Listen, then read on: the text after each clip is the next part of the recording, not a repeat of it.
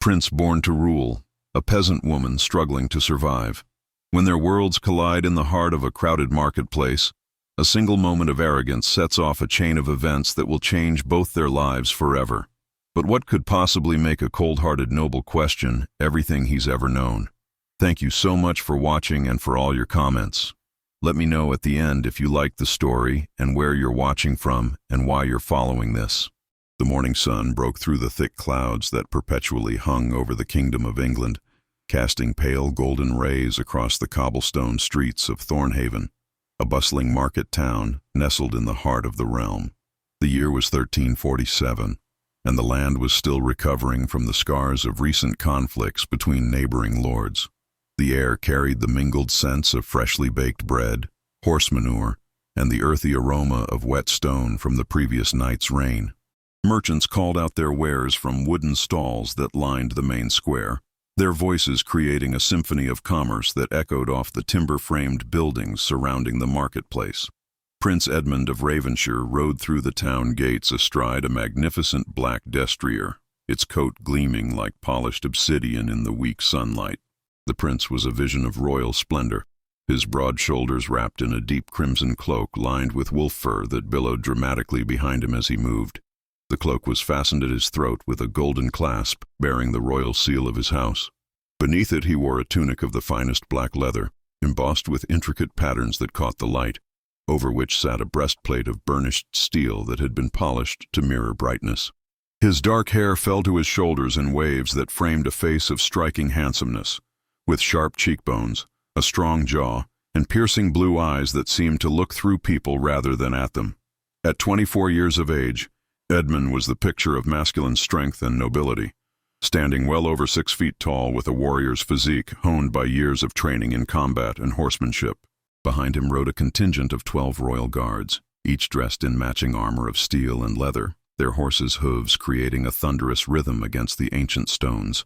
The townspeople immediately recognized the royal party and began to clear the streets, bowing low as the prince passed.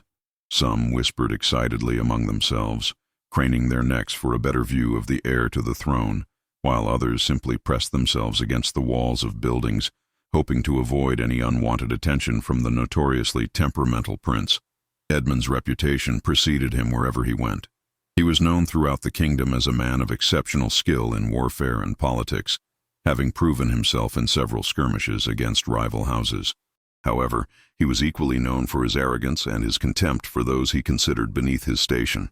The common people were, in his view, little more than tools to serve the nobility, and he treated them accordingly. His father, King Harold of Ravensshire, had attempted numerous times to instill in his son a sense of duty and compassion toward their subjects, but Edmund had always dismissed such notions as weakness unbefitting a future king. The prince's cold gaze swept across the marketplace as his horse trotted forward, his expression one of barely concealed disdain.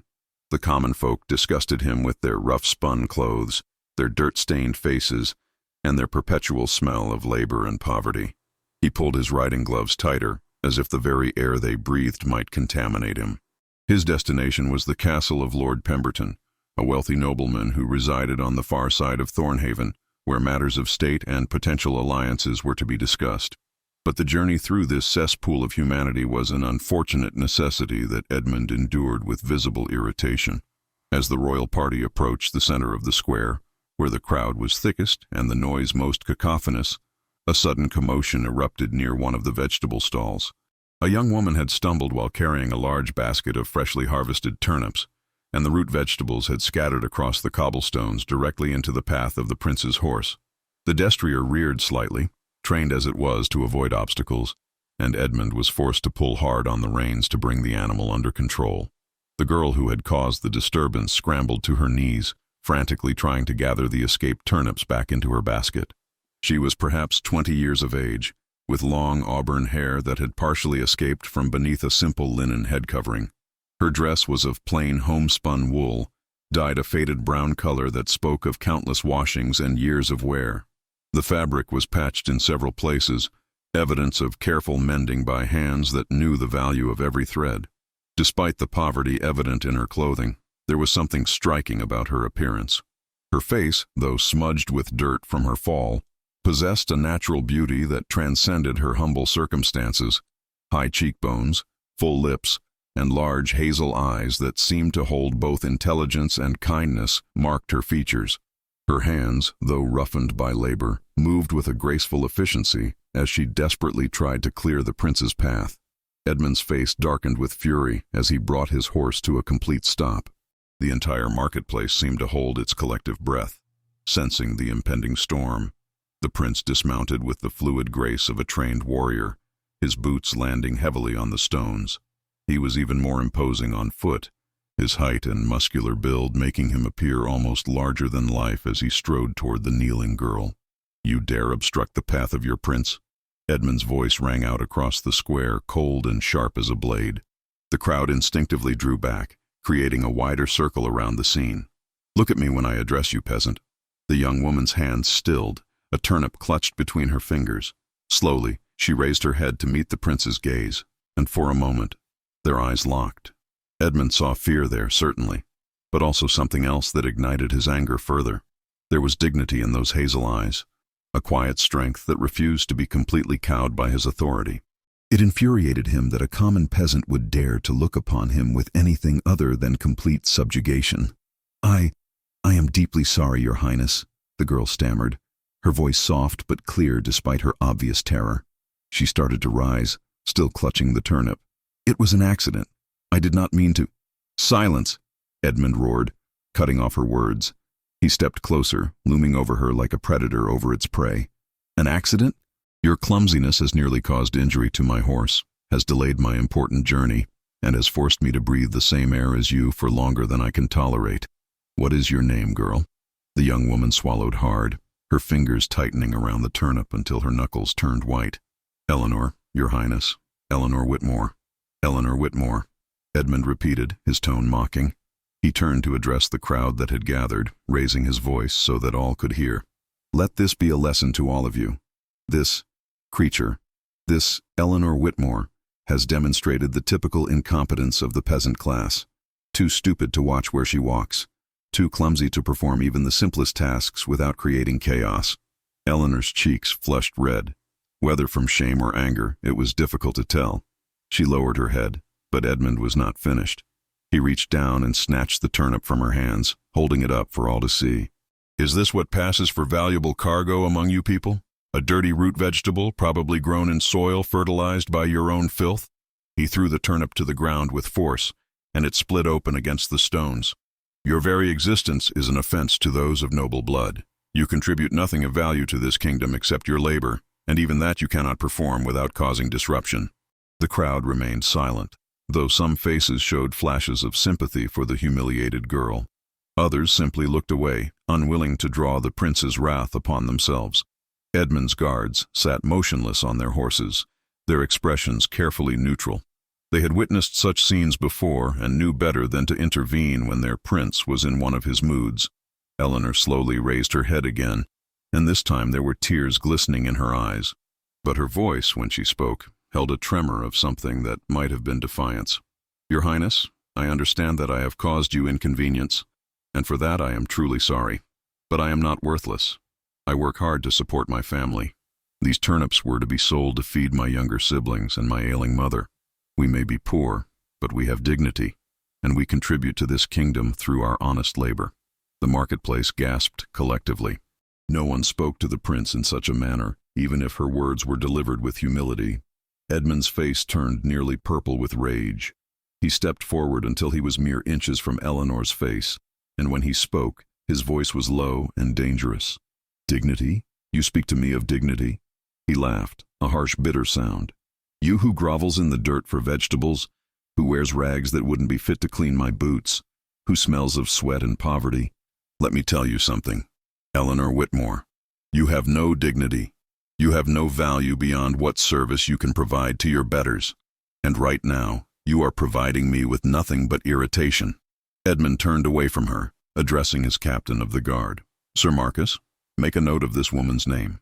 She is to be barred from selling her wares in any market within the boundaries of Thornhaven for a period of 1 month.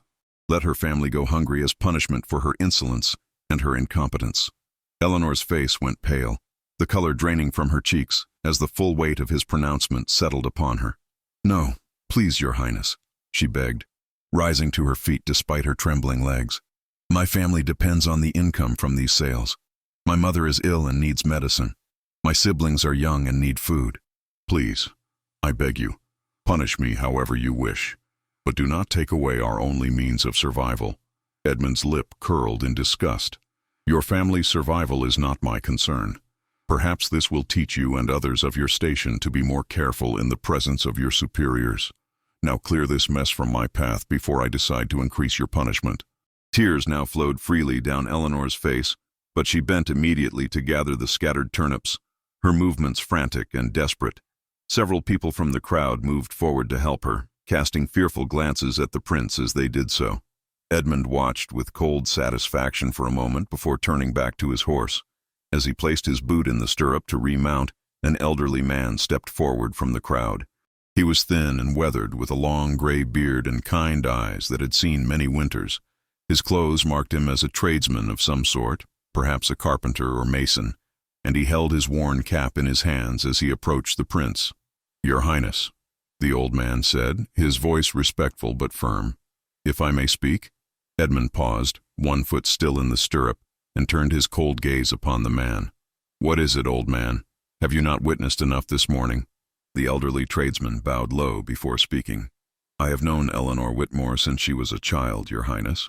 Her father was a good man who died defending this kingdom in the wars with the northern lords 5 years ago. Her mother took ill shortly after, leaving Eleanor to care for the entire family at just 15 years of age. She has worked tirelessly ever since, taking on any labor she can find, growing vegetables in what little land they have, and never once complaining about her lot in life.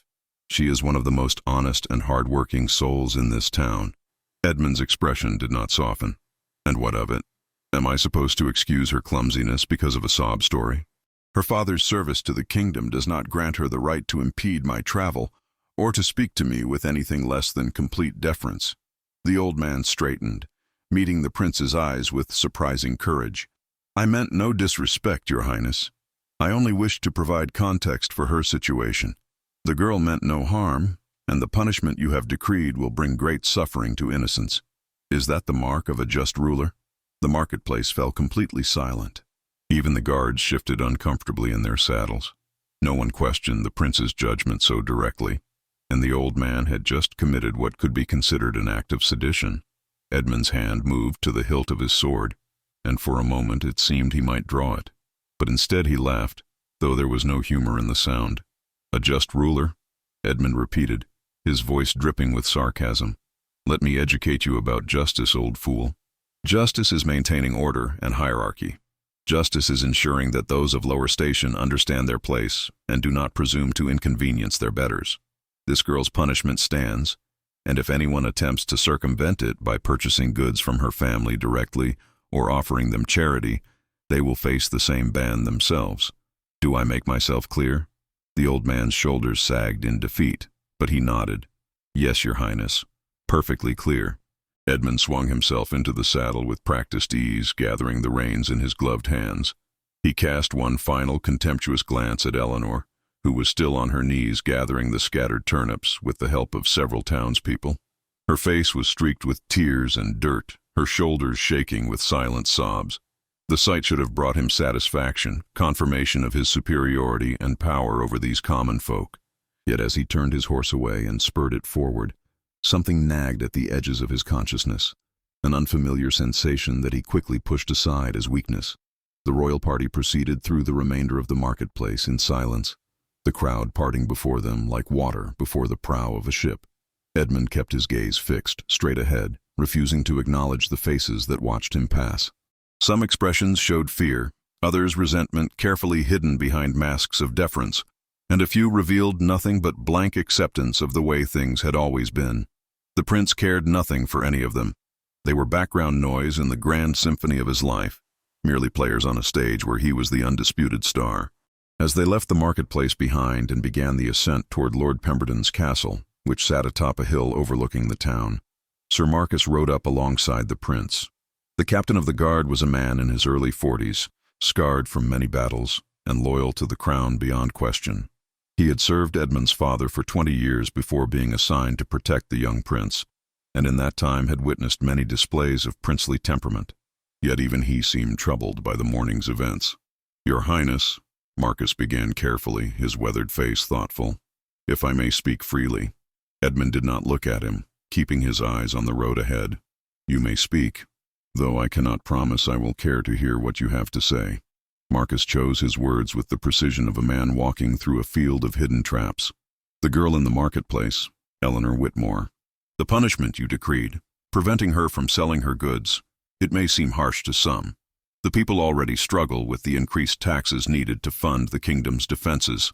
Such a public humiliation of one of their own might breed resentment." Now Edmund did turn to face his captain, and his blue eyes were cold as winter ice. "Are you questioning my judgment, Sir Marcus?"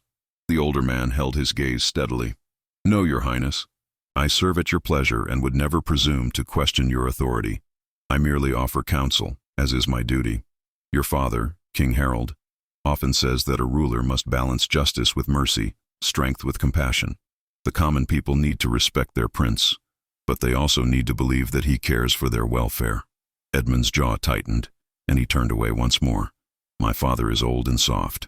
He has spent so many years trying to win the love of peasants that he has forgotten what truly matters, which is power and the respect that comes from fear. When I am king, things will be different. The nobility will rule as we were meant to, and the common rabble will know their place without question." Marcus said nothing more, recognizing that further argument would be futile. They rode in silence for several minutes, the only sounds being the rhythmic clopping of hooves on stone and the jingling of armor and tack. The castle of Lord Pemberton grew larger before them, its gray stone walls rising imposingly against the cloudy sky. Banners bearing the Pemberton coat of arms, a golden griffin on a field of green, fluttered from the battlements in the morning breeze. As they approached the castle gates, Edmund forced his thoughts away from the marketplace incident. He had important business to conduct here.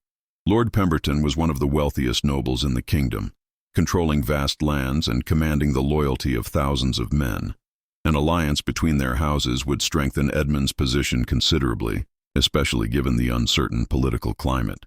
Rumors of unrest in the northern territories had been growing, and there were whispers of lords who questioned whether young Prince Edmund was fit to eventually inherit his father's throne.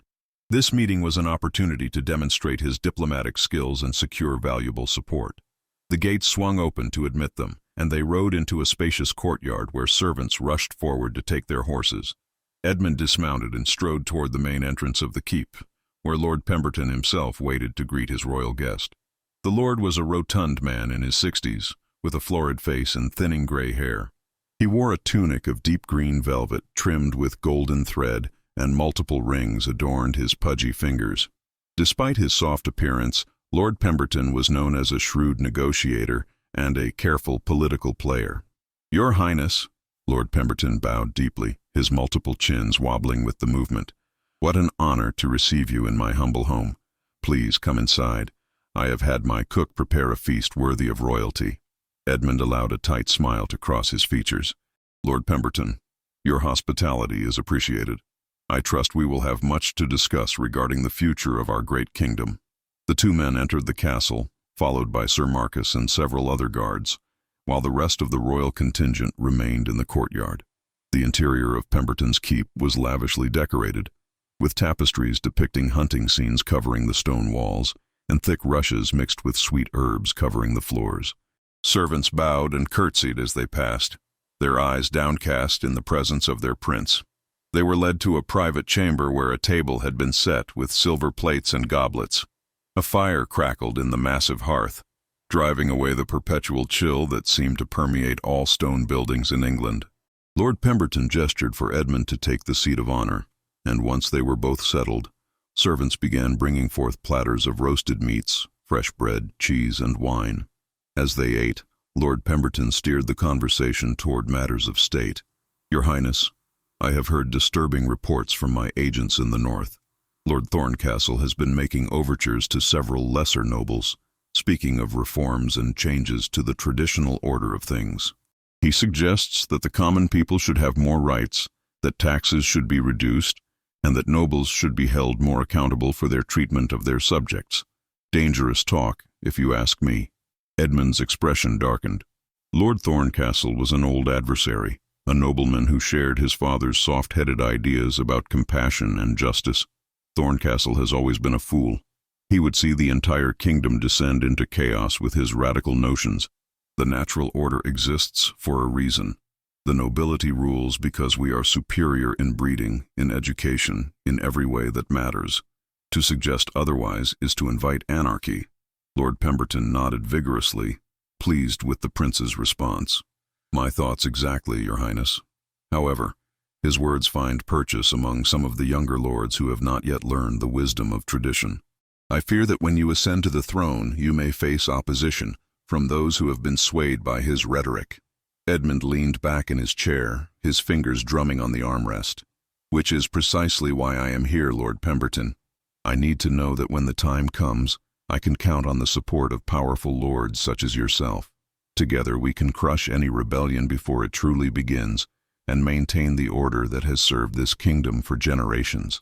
The older lord smiled, revealing teeth stained from years of wine consumption. Your Highness speaks wisely. You may indeed count on my support. However, alliances are built on mutual benefit. What assurances can you offer me in return for my loyalty? For the next several hours, Edmund and Lord Pemberton engaged in careful negotiations, discussing trade rights, land grants, and political appointments. The prince proved himself an able negotiator, offering just enough to secure Pemberton's support while giving away nothing that would significantly diminish royal power. By the time the sun had passed its zenith and begun its descent toward the horizon, they had reached an agreement that satisfied both parties. As Edmund prepared to depart, Lord Pemberton walked him to the courtyard where the horses were being prepared. Your Highness has a keen mind for politics and strategy. When you become king, I have no doubt that the kingdom will prosper under your strong leadership. Though if I may offer one small piece of advice. Edmund paused, one hand on his horse's saddle. Speak freely, Lord Pemberton. The older man's expression became thoughtful, almost paternal. Strength and fear are indeed powerful tools for ruling, Your Highness. But even the strongest ruler needs the people to be willing to work, to fight, to contribute to the kingdom's prosperity. A population that is utterly crushed by despair produces less, fights less effectively, and may eventually become so desperate that they have nothing left to lose. Sometimes a small measure of kindness, strategically applied, can yield greater returns than pure domination. Edmund's eyes narrowed slightly. You sound like my father, Lord Pemberton. I hope you are not suggesting that I was too harsh with that peasant girl in the marketplace this morning. News travels fast, I see. Lord Pemberton raised his hands in a placating gesture. I would never presume to criticize Your Highness's actions. I merely suggest that ruling is a complex art, requiring many different approaches for different situations. Your display of authority this morning certainly sent a message. I only wonder if it was the message most beneficial to your long-term interests. Edmund mounted his horse without responding, his face set in hard lines. He gave a curt nod to Lord Pemberton and then spurred his destrier toward the gates. The return journey to his father's castle would take them back through Thornhaven's marketplace, and Edmund found himself oddly reluctant to pass through it again. The image of Eleanor Whitmore's tear-stained face kept intruding on his thoughts, no matter how firmly he tried to dismiss it. As the royal party descended the hill and entered the town once more, the marketplace was beginning to empty as merchants packed up their remaining goods for the day. The shadows were growing longer, and the air had taken on the cooler quality that presaged evening. Edmund kept his gaze straight ahead as they rode through the square, but Sir Marcus, riding beside him, suddenly stiffened and pointed toward a corner of the marketplace. Your Highness, there appears to be some kind of disturbance. Edmund turned his head reluctantly and saw a small crowd gathered near the edge of the square. Raised voices could be heard, and there was an unmistakable tension in the air. Against his better judgment, he guided his horse toward the commotion, and the crowd parted hastily at his approach. In the center of the gathering stood Eleanor Whitmore, still holding her basket of turnips. Facing her was a well-dressed merchant, a stout man with an oiled beard and expensive clothes that marked him as someone of means, though certainly not nobility. Between them sat a small child, a girl of perhaps 6 years, with the same auburn hair as Eleanor, though tangled and dirty. The child was crying, clutching her stomach. I told you, the merchant was saying, his voice loud and aggressive. Your sister stole an apple from my stall. I caught her red-handed. She must be punished according to the law. Eleanor's voice shook but remained steady. Master Aldrich, please. She is only 6 years old. She was hungry. I will pay you for the apple, I swear it. Just please don't report her to the authorities. The merchant sneered. Pay me? With what? Everyone knows that the prince himself has forbidden you from selling your goods in this marketplace. You have no means to pay me anything. The penalty for theft is branding on the hand for adults, but for children a public whipping. 30 lashes should teach the little thief a lesson she won't forget. The small crowd murmured, some in agreement with the merchant's harsh stance, others clearly sympathetic to Eleanor and the child.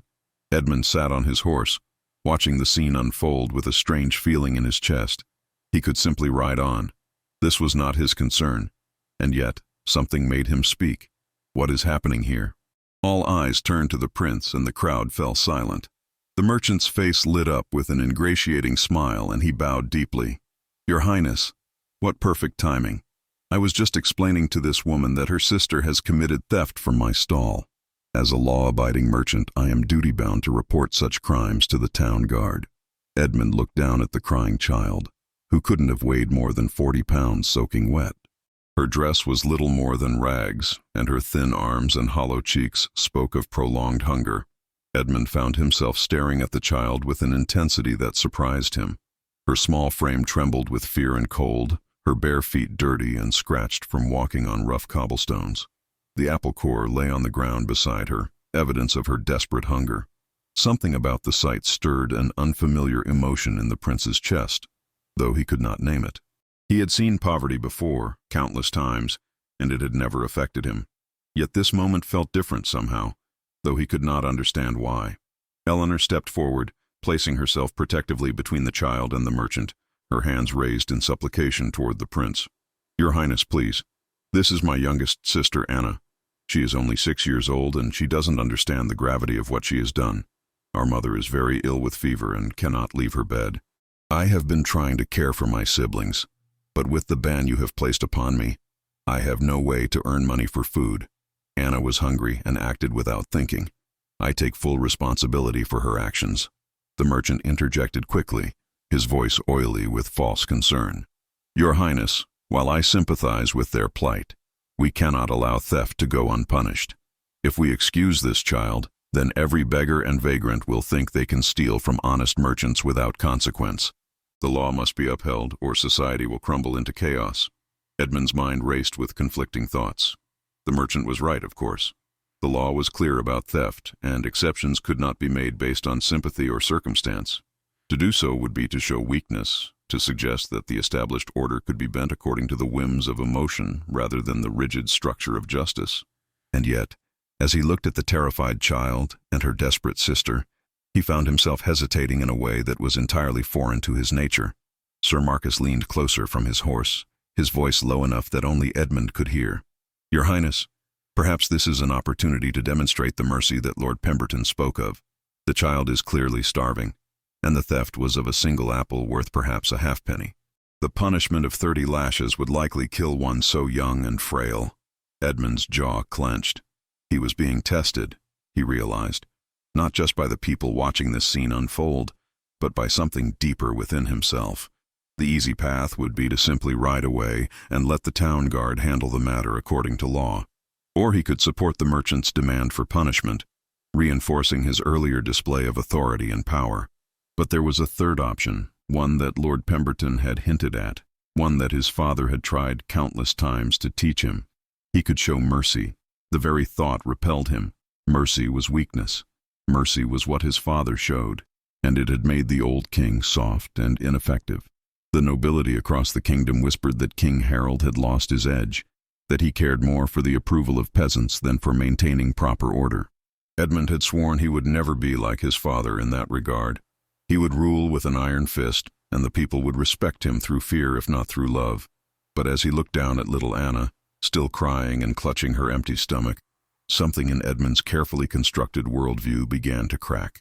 This was not some abstract peasant he could dismiss with a wave of his hand. This was a child, barely older than a toddler, who had committed the grave sin of stealing food because she was starving. And she was starving in part because of his decree that very morning. the ban he had placed on Eleanor selling her goods out of spite and wounded pride. "Stand up, child," Edmund commanded, his voice harder than he intended. Anna looked up at him with wide, terrified eyes brimming with tears. Her small body shook so violently that she could barely comply with his order. Eleanor helped her sister to her feet, wrapping a protective arm around the little girl's shoulders. The crowd pressed closer, eager to see what the prince would decide. Edmund dismounted from his horse with fluid grace, his boots landing heavily on the cobblestones. He was so tall that even standing he towered over both sisters. He walked slowly toward them, each step deliberate and measured, watching as Eleanor instinctively pulled her sister closer. When he stood directly before them, he could see the terror in their eyes, the absolute certainty that he was about to pronounce a harsh sentence. He looked down at the apple core on the ground, then back at the child. "Do you know who I am?" he asked Anna. The little girl nodded, her voice barely a whisper. "You are Prince Edmund, Your Highness. And do you know what you have done wrong?" Anna's lower lip trembled. "I took an apple that did not belong to me. I am sorry, Your Highness. I was so hungry and my stomach hurt so much, but I know it was wrong. Please don't hurt my sister. It was my fault, not hers." Edmund felt that strange sensation in his chest grow stronger. The child was taking responsibility for her actions despite her fear, trying to protect her sister, just as Eleanor was trying to protect her. There was courage in that, a kind of nobility that had nothing to do with birth or breeding. He turned his attention to the merchant, who stood waiting with an expression of smug anticipation.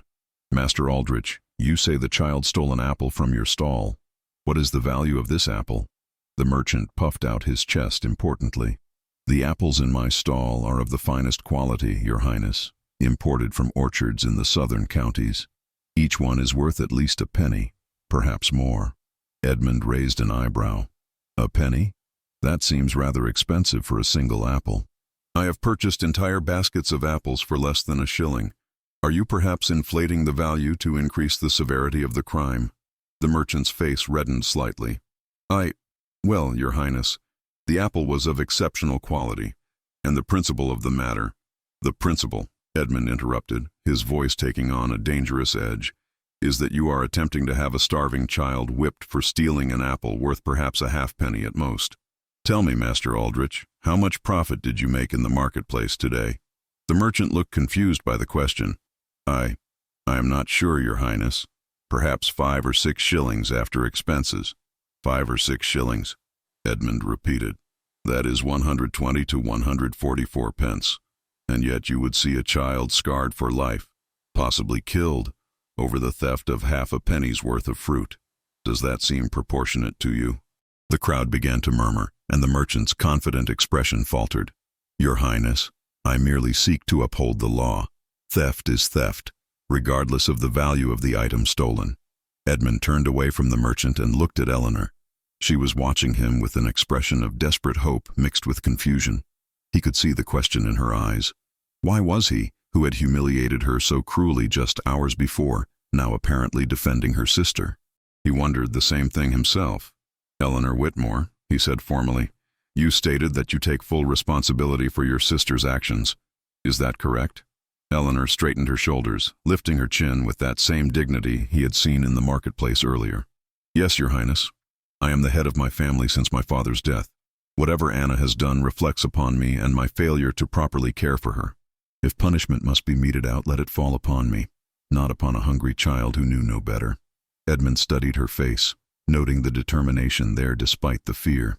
She was willing to take a whipping, possibly a severe one, to spare her sister. Again, that unfamiliar emotion stirred in his chest. He found himself thinking about his own childhood, growing up in the castle with every comfort imaginable, never knowing hunger, never knowing cold, never knowing fear of starvation. What would he have become if he had been born in Eleanor's position? Would he have possessed the same strength of character, the same willingness to sacrifice for those he loved? He turned back to the merchant. "Master Aldrich, I am going to make a decision here, and you will accept it without question. Do you understand?" The merchant bowed quickly. "Of course, Your Highness. Whatever you decree shall be law." Edmund reached into the leather pouch at his belt and withdrew a silver coin. He held it up so that the entire crowd could see it clearly. "This is a silver penny, worth approximately 12 ordinary pence. It is more than enough to compensate you for the loss of your apple, with significant profit besides. I am purchasing the apple on behalf of the child." He tossed the coin to the merchant, who caught it reflexively, his eyes widening at the generous payment. The crowd gasped, not quite believing what they were witnessing.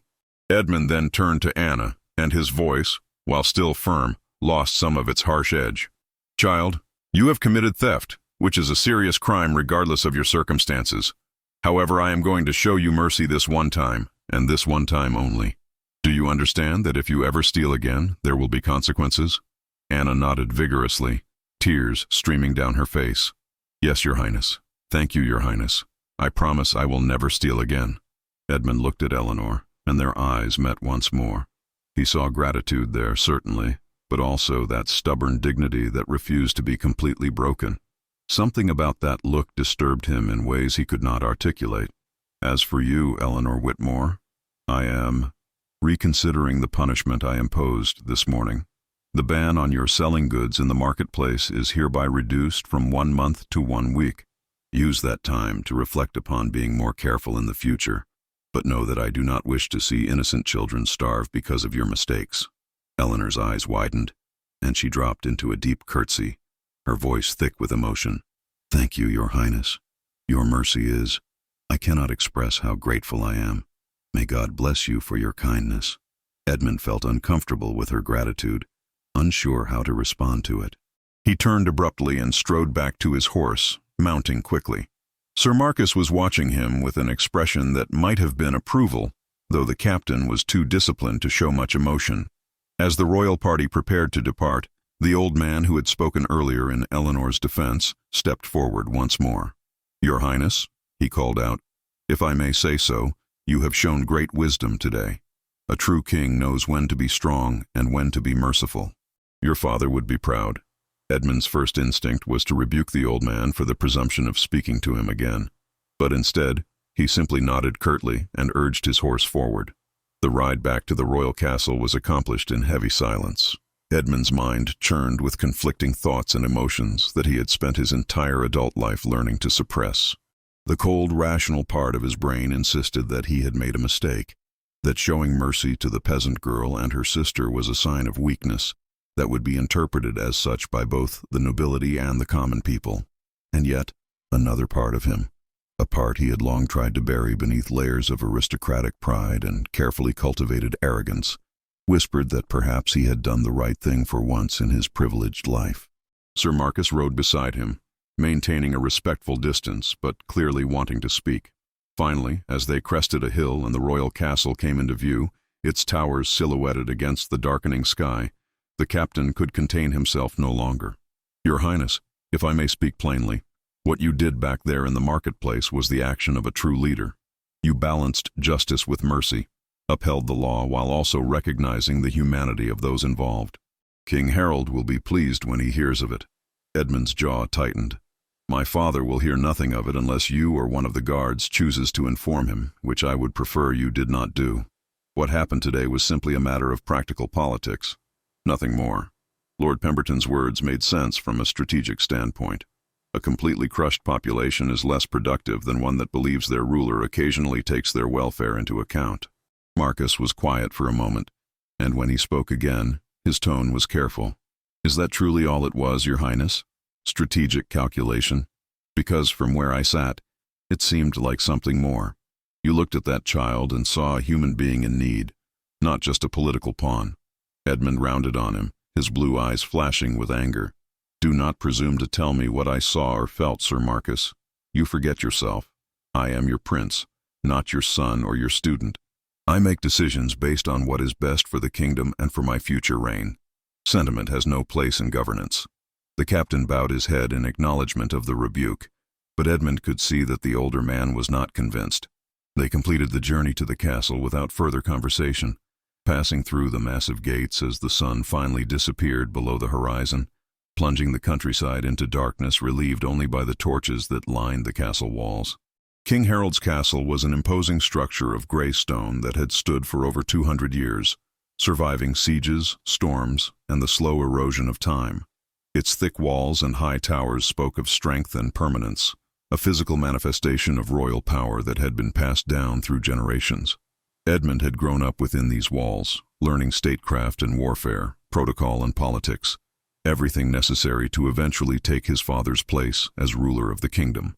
As Edmund dismounted in the courtyard and handed his reins to a waiting stable boy, a royal page approached and bowed deeply. "Your Highness, King Harold requests your presence in his private chambers. He wishes to speak with you about your meeting with Lord Pemberton." Edmund nodded curtly and strode toward the main keep, his boots echoing on the stone floors as he navigated the familiar corridors. Servants pressed themselves against walls as he passed, their eyes downcast in deference.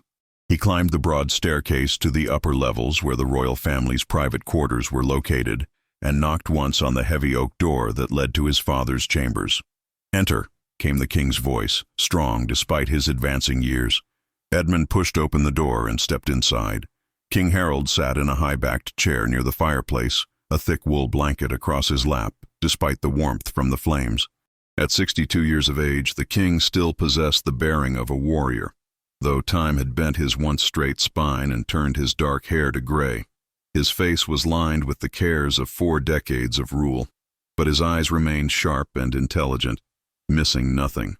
"Father," Edmund said, bowing respectfully. "You summoned me." Harold gestured to a chair opposite his own. "Sit, my son. Tell me of your meeting with Lord Pemberton. Did you secure his support as you hoped?" Edmund sat, grateful to discuss politics rather than the confusing events in the marketplace. "I did, Father. Lord Pemberton has agreed to support my claim to the throne when the time comes, in exchange for certain trade concessions and assurances regarding his lands. He also shared troubling news about Lord Thorncastle's activities in the north." For the next quarter hour, Edmund recounted the details of his negotiations with Lord Pemberton, and Harold listened attentively, occasionally nodding or asking a clarifying question. When Edmund finished, the old king leaned back in his chair and studied his son with an expression that was difficult to read. "You have done well in securing Pemberton's loyalty," Harold said finally. "He is a pragmatic man who values stability above all else. However, I must caution you about becoming too focused on building support through fear and obligation. The strongest kingdoms are built not just on the loyalty of the nobility, but on the contentment of all the people, high and low alike." Edmund felt irritation rising in his chest. "Father, we have discussed this many times. The common people are incapable of governing themselves. They need strong leadership, clear hierarchies, and firm discipline. Your approach of trying to win their affection has made them forget their place." Harold's expression hardened slightly. "Is that what you truly believe? That showing compassion to one's subjects is a sign of weakness? Tell me, Edmund, what do you think makes a great king? Military prowess? Political cunning? The ability to inspire fear? All of those things," Edmund replied without hesitation. "A king must be strong enough to defend his realm, clever enough to outmaneuver his enemies, and feared enough that no one dares challenge his authority." The old king shook his head slowly. "You are not wrong that those qualities are important, but they are not sufficient. A truly great king must also have the wisdom to know when to be merciful, the humility to recognize his own limitations, and the compassion to understand that every subject, no matter how lowly, is a human being worthy of basic dignity and justice." Edmund rose from his chair, unable to contain his frustration any longer. "Father, with all respect, that is exactly the kind of thinking that has emboldened people like Lord Thorncastle to spread their dangerous ideas about reform and equality. The natural order exists for a reason. Some are born to rule, and others are born to serve. To blur that distinction is to invite chaos." Harold was quiet for a long moment, his gaze never leaving his son's face. When he finally spoke, his voice was heavy with sadness. "Edmund, do you know why I have not yet named you officially as my heir before the entire court, despite you being my only legitimate son?" The question caught Edmund off guard. I assumed you were waiting for the right political moment, when enough lords had pledged their support." "No," Harold said quietly. "I have delayed because I am not certain you are ready. You have the intelligence and the skills necessary to rule, but you lack something essential. You lack empathy, my son. You see people as tools to be used or obstacles to be overcome, not as fellow human beings with hopes and fears and dreams of their own. Until you learn that lesson, I fear you will become a tyrant rather than a true king." Edmund felt as though he had been struck. His father's words were a rejection of everything he had worked toward, everything he believed about himself and his destiny. "Father, Harold raised a hand, cutting him off. "Before you argue with me, let me tell you a story. When I was your age, perhaps a year or two older, I was much like you. Arrogant, certain of my own superiority, convinced that compassion was weakness. Then came the Great Famine. Do you remember me speaking of it?" Edmund nodded stiffly. "You have mentioned it, yes. For 2 years the crops failed across the kingdom. People starved by the thousands. The nobility hoarded what grain they had, selling it at inflated prices to maximize their profits. I was advised by my counselors to do the same, to protect the royal coffers and let the natural order take its course. They said that the weak would die and the strong would survive, and the kingdom would be stronger for it."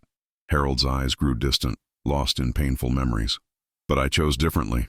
I opened the royal granaries and distributed food to the starving. I imposed price controls on grain and punished nobles who tried to profit from the suffering of others. My counselors said I was being foolish, that I was bankrupting the crown and showing weakness. But do you know what happened?" Edmund remained silent, waiting for his father to continue. "The people survived, and when our enemies to the north, thinking us weakened by famine, invaded our lands, those same common people I had fed rose up by the tens of thousands to defend the kingdom. They fought with a ferocity born not of fear, but of loyalty and gratitude. We won that war not because our nobility was superior, but because the common soldiers believed they were fighting for a king who cared whether they lived or died. That is the power of compassion, Edmund. It creates bonds stronger than fear ever could." Edmund wanted to argue, wanted to point out the differences between his father's situation and his own, but the words would not come. Instead, he found himself thinking once again of Eleanor Whitmore and her sister, of the gratitude in their eyes when he had shown them mercy. Had that gratitude been genuine?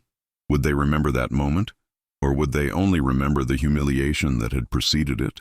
Harold seemed to sense his son's internal struggle. "I heard an interesting report this evening, shortly before you arrived. One of the castle servants has a cousin who works in the Thornhaven marketplace. She sent word of an incident involving you and a peasant girl named Eleanor Whitmore. 2 incidents, in fact. One in the morning and one in the afternoon." Edmund felt his stomach tighten. "I see. And what exactly did this servant report?" "She reported that you publicly humiliated a young woman for a minor accident, banned her from selling her goods, and spoke to her with great cruelty.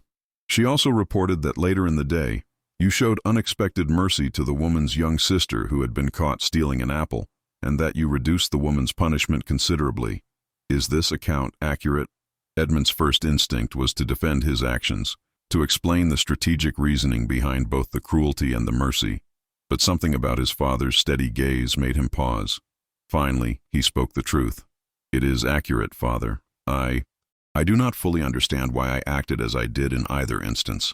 The girl, Eleanor, she angered me with her clumsiness, and then had the audacity to speak of dignity and worth, despite being a common peasant. I wanted to teach her a lesson, to put her in her place. But then, when I saw her sister, so young and so desperate," Edmund trailed off, unable to articulate the confusion of emotions that had swept through him when confronted with little Anna's desperation. He paced to the window, staring out at the darkened courtyard below where torches flickered in their sconces. His reflection in the glass showed a troubled man, not the confident prince he preferred to see. Harold watched his son carefully, and when he spoke, his voice was gentler than before. "What you felt today, Edmund, was the stirring of conscience. It is an uncomfortable sensation when you have spent years trying to suppress it, I know, but it is also the beginning of wisdom. You saw suffering that you yourself had caused, and something within you recognized that this was wrong. That recognition, that discomfort, is what separates a just ruler from a tyrant." Edmund turned from the window, his expression troubled. "But Father, if I allow myself to feel sympathy for every peasant who suffers, how can I make the difficult decisions that ruling requires? There will be times when harsh measures are necessary, when people must suffer for the greater good of the kingdom. If I hesitate out of misplaced compassion, I will be seen as weak." The old king rose from his chair with some effort, the blanket falling from his lap. He walked to his son and placed a weathered hand on Edmund's shoulder. "The difficult decisions you speak of do require strength, yes, but true strength comes from making those decisions while fully acknowledging their human cost. not from pretending that cost does not exist. A king who feels nothing when his people suffer is not strong. He is simply dead inside. And a dead soul cannot truly understand or care for the living realm he is meant to protect. Edmund looked into his father's eyes and saw something there he had never noticed before. A deep well of pain and regret that came from decades of difficult choices and their consequences.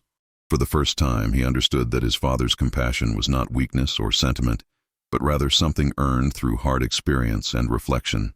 "What would you have me do, Father?" Edmund asked quietly.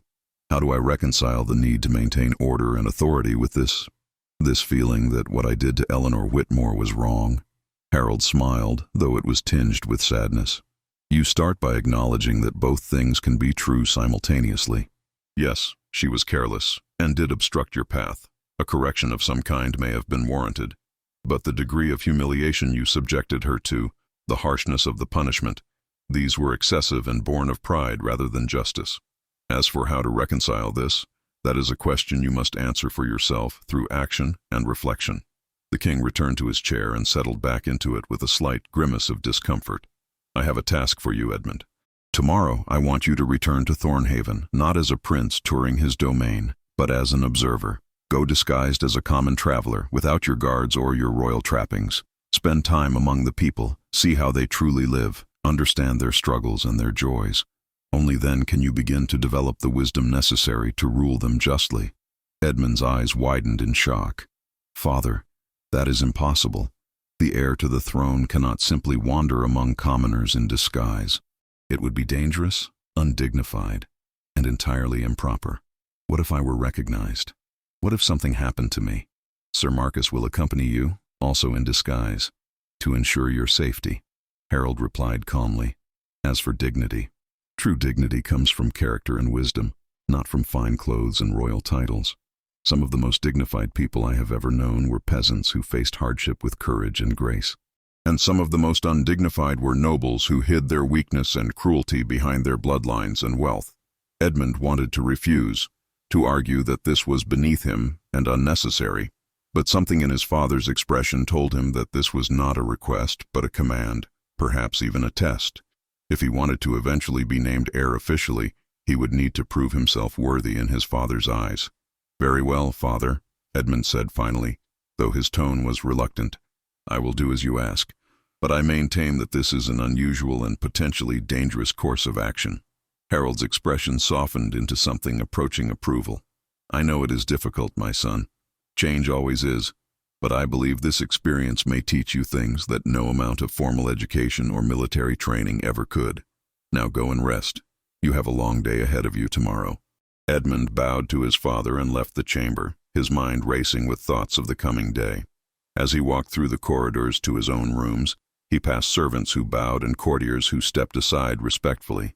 Would he really be able to move among such people as an equal, even temporarily? The very idea seemed absurd and more than a little frightening. That night, Edmund slept poorly, his dreams filled with images of Eleanor Whitmore's face, sometimes defiant, sometimes grateful, always those hazel eyes that seemed to see through his royal pretensions to something deeper. He woke before dawn, unrested and irritable, to find that his father had already made arrangements for the disguise. A servant delivered rough-spun clothing typical of a moderately successful tradesman, nothing like the fine fabrics Edmund was accustomed to wearing. There was a simple brown tunic of coarse wool, leather breeches that had clearly seen much use, and a cloak of undyed fabric that was warm but utterly lacking in style. Looking at the clothes, Edmund felt a surge of revulsion. He was being asked to dress like the very people he had spent his life looking down upon. Sir Marcus arrived as Edmund was reluctantly donning the unfamiliar garments. The captain had also changed into common clothes, and Edmund had to admit that the transformation was remarkable. Without his armor and fine weapons, Marcus looked like any other middle-aged man of modest means, perhaps a master craftsman or a merchant. "Your Highness," Marcus said, then caught himself. "I mean, Edmund, we must use your given name only while we are disguised. No titles, no formality. We are simply two travelers passing through Thornhaven on our way to conduct business in a neighboring town." Edmund adjusted the rough tunic, trying to ignore how it scratched against his skin. "This is absurd, Marcus. I feel like I am playing dress-up like a child." The captain smiled slightly. "You may be surprised by what you learn today. I have done this before, you know, at your father's request when I first entered his service. It changed my perspective on many things." They left the castle through a side gate, avoiding the main entrance where they might be recognized despite their disguises. 2 horses waited for them, not the prince's magnificent destrier, but ordinary riding horses of the type that any man of moderate means might own. As they rode toward Thornhaven in the gray light of dawn, Edmund found himself constantly adjusting his clothing and feeling profoundly uncomfortable in his own skin. The town was just beginning to wake as they arrived, with shopkeepers opening their shutters and early risers making their way to the marketplace. Edmund and Marcus tied their horses near an inn and began to walk through the streets on foot. Without his usual retinue and royal bearing, Edmund found that people simply walked past him without a second glance. It was a strange and somewhat unsettling experience to be so thoroughly ignored. "Let us break our fast at that inn," Marcus suggested, pointing to a modest establishment with a faded sign depicting a barrel and a loaf of bread. "The food will not be what you are accustomed to, but it will give us a chance to observe and listen." They entered the inn's common room, which was filled with working men eating porridge and dark bread before beginning their day's labor. The air was thick with the smell of bodies, wood smoke, and cooking food. Edmund felt his stomach turn slightly, but he followed Marcus to a rough wooden table and sat down on a bench that wobbled slightly. A serving woman approached, wiping her hands on a stained apron. She was perhaps 40 years old, with tired eyes and work-roughened hands. "What'll it be for you, gentlemen? We have porridge with a bit of bacon, or bread and cheese." "Porridge for both of us," Marcus said, placing a few copper coins on the table. "And some ale if you have it." The woman nodded and shuffled away, returning shortly with 2 wooden bowls of gray porridge with small pieces of fatty bacon mixed in, along with 2 cups of weak ale. Edmund stared at the meal before him, so different from the fine fare served in the castle that it might as well have been from another world entirely. He forced himself to take a spoonful. The porridge was bland and slightly gritty, the bacon tough and overly salted. But he was hungry enough that he continued eating, watching the other patrons as he did so. They were laborers mostly, discussing the day's work, complaining about aching backs and difficult masters, laughing at crude jokes. They were fully human in their interactions, not the faceless mass of peasantry he usually thought of them as. An older man at the next table was speaking to his companion in a voice loud enough to carry. "Did you hear about what happened in the marketplace yesterday?" Prince Edmund himself showed up, and there was quite the scene. Edmund's hand tightened on his spoon, but he kept his eyes down, listening intently. The companion nodded. "Aye, I heard.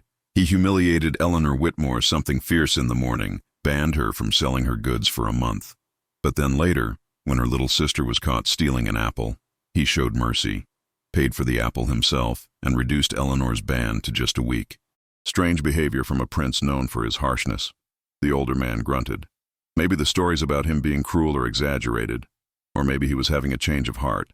Either way, Eleanor and her family are grateful, I'm sure. That girl has had a hard enough life without starving for a month."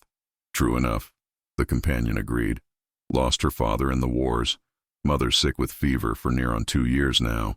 Eleanor's been holding that family together through sheer will and hard work. She's a good girl, that one. Pretty, too, if you can see past the dirt and the worn clothes." Edmund felt heat rising in his face, though whether from shame or some other emotion he could not say. He had known nothing of Eleanor's circumstances when he had humiliated her, had not cared to know. She had been nothing to him but an obstacle and an irritant. Yet these men spoke of her with respect and sympathy, as a real person with a real story. Marcus caught Edmund's eye and gave a small nod toward the door. They finished their meal in silence and left the inn, walking deeper into the town. As Edmund and Marcus walked through the winding streets of Thornhaven, the town continued to come alive around them. Children ran past, laughing and playing despite their ragged clothes and bare feet. Women carried water from the communal well, their backs bent under the weight of heavy wooden buckets. Men pushed carts laden with goods toward the marketplace, calling out greetings to neighbors and friends. It was a world Edmund had seen countless times from horseback or from the remove of royal procession, but never had he been immersed in it so completely, just another face in the crowd. They passed a blacksmith's shop where a burly man was already at work, his hammer ringing against an anvil in a steady rhythm that seemed to echo the heartbeat of the town itself. The smith's apprentice, a boy of perhaps 12, worked the bellows with arms that were too thin for the task, sweat already beading on his forehead despite the cool morning air. Edmund found himself wondering about the boy's life, whether he had chosen this trade or had been forced into it by necessity, whether he dreamed of something more or was content with his lot. "We should make our way toward the poorer quarter of town," Marcus said quietly. "That is where Eleanor Whitmore and her family live, according to the information I gathered. If you truly want to understand her circumstances, you should see how she exists day to day." Edmund nodded, following his captain through increasingly narrow streets where the buildings pressed close together and the smell of poverty grew more pronounced. The fine timber-framed houses near the marketplace gave way to rougher dwellings made of wattle and daub, many in poor repair with thatched roofs that leaked and walls that bowed inward from age and neglect. This was a part of Thornhaven that Edmund had never seen before, a hidden world of hardship that existed parallel to the relative prosperity of the market district. They turned a corner into a small lane barely wide enough for two men to walk abreast, and there, sitting on a rickety stool outside a particularly shabby dwelling, was Eleanor Whitmore herself. She was mending a torn piece of cloth with careful stitches, her needle moving with practiced precision despite the poor light. Her auburn hair was pulled back from her face and covered with the same linen cloth she had worn the day before, and her dress, though clean, showed even more signs of wear in the harsh morning light. Edmund stopped so suddenly that Marcus nearly walked into him. He had not expected to encounter Eleanor so directly, and he found himself uncertain of how to proceed. Should he approach her, speak to her, or simply observe from a distance as his father had suggested? Before he could decide, Eleanor looked up from her sewing, and her eyes met his. For a moment there was no recognition in her gaze.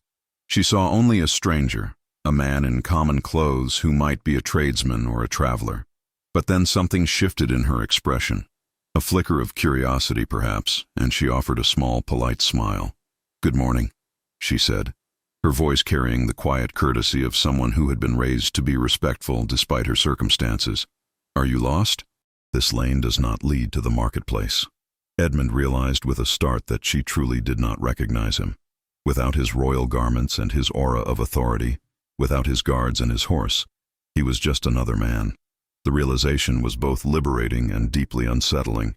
He cleared his throat, trying to pitch his voice slightly differently than his usual commanding tone. "Good morning to you as well," he replied, attempting to sound like a common traveler. "We are not lost, merely exploring the town while we wait for the marketplace to fully open. My companion and I are merchants traveling to the next county, and we thought to purchase some supplies here in Thornhaven." Eleanor nodded, returning her attention to her sewing. "You will find good prices in the market, better than in many other towns. The merchants here are mostly honest, and there is variety enough for most needs." Marcus stepped forward, playing his role perfectly. "We heard talk in the inn about some trouble in the marketplace yesterday. Something about the prince causing a scene?" Eleanor's hands stilled on her sewing, and a shadow passed over her face.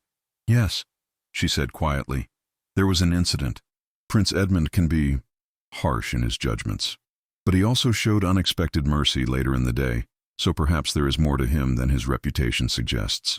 Edmund found himself leaning forward, hungry to hear more of what she truly thought of him, when she believed he was not present. "You were involved in this incident, were you not? Forgive me for being forward, but I could not help but overhear your name mentioned." Eleanor looked up at him again, and this time there was wariness in her eyes. She was not accustomed to strangers taking such interest in her affairs. "I was," she admitted. "I accidentally dropped some turnips in the prince's path. It was clumsy of me, and I deserved some rebuke for it. But the prince was, well, he said some very cruel things. He called me worthless and claimed that people like me contribute nothing of value to the kingdom." Her voice remained steady as she spoke, but Edmund could hear the pain beneath the words. He felt shame wash over him, hearing his own actions recounted in such stark terms. He had said those things, had meant them at the time, and now he was confronting the very real hurt they had caused. "That must have been very difficult for you," Edmund said softly, surprised by the genuine sympathy in his own voice. Eleanor shrugged, though the gesture was not as casual as she perhaps intended. "I have faced worse hardships than the harsh words of a prince. My father died fighting in the king's wars 5 years ago. My mother fell ill shortly after and has been bedridden ever since. I have 3 younger siblings to care for, the youngest being only 6 years old. We survive on what I can grow and sell, on occasional charity from neighbors, and on hope that tomorrow will be better than today. Prince Edmund's words hurt, certainly, but they do not change my circumstances or my responsibilities. Marcus spoke up, his voice gentle. You speak with great strength for one so young. Many would have been crushed by such burdens. A sad smile crossed Eleanor's face. Strength is not something you choose, sir. It is something forced upon you by necessity. I am strong because I must be, because my siblings depend on me, because there is no one else to shoulder these burdens. But there are nights when I lie awake wondering how much longer I can continue, how many more winters we can survive, how many more humiliations I can endure without breaking. Edmund felt as though someone had reached into his chest and squeezed his heart. This was the woman he had casually dismissed as worthless, as contributing nothing of value. Yet here she stood, holding together an entire family through sheer determination and sacrifice.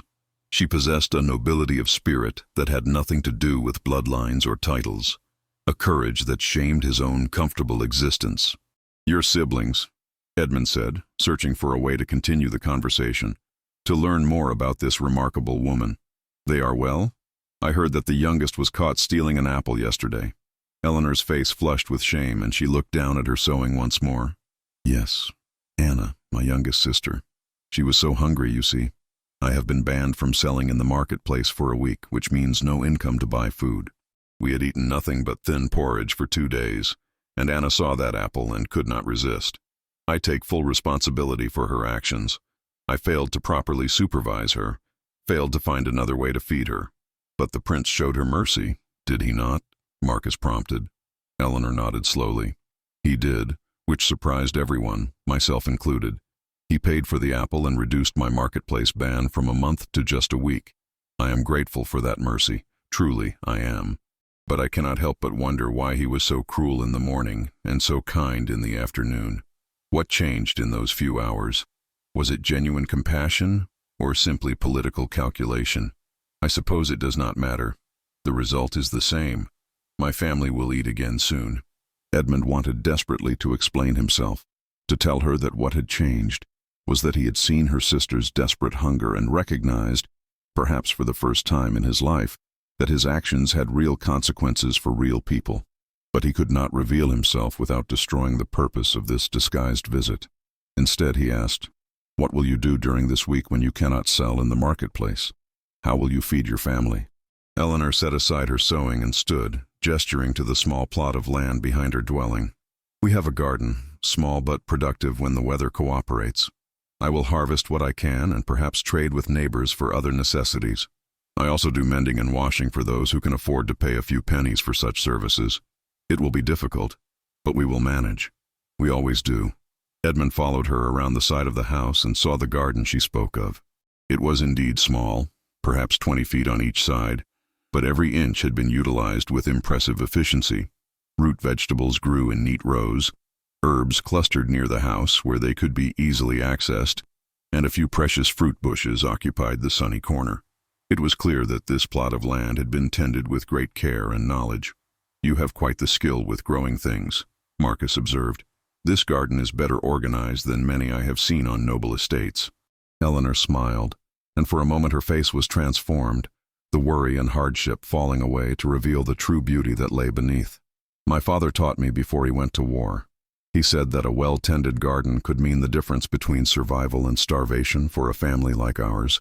He was right, as he was about so many things. I wish he could have lived to see how I have expanded what he started. A door opened behind them, and a woman's weak voice called out, "Eleanor." "Who are you speaking with?" Eleanor's expression immediately shifted to one of concern. "Just some travelers, mother. Rest yourself. I will be inside shortly." But the door opened wider, and a frail woman appeared in the doorway, leaning heavily against the frame for support. This had to be Eleanor's mother, though she looked far older than her years suggested she should be. Her face was gaunt and pale, her body so thin that she seemed almost translucent in the morning light. She wore a threadbare nightgown, and her hair hung in limp strands around her face. "Forgive my appearance, good sirs," the woman said, her voice barely above a whisper. I am not well, as you can see. I am Margaret Whitmore, Eleanor's mother. My daughter is too kind to strangers sometimes.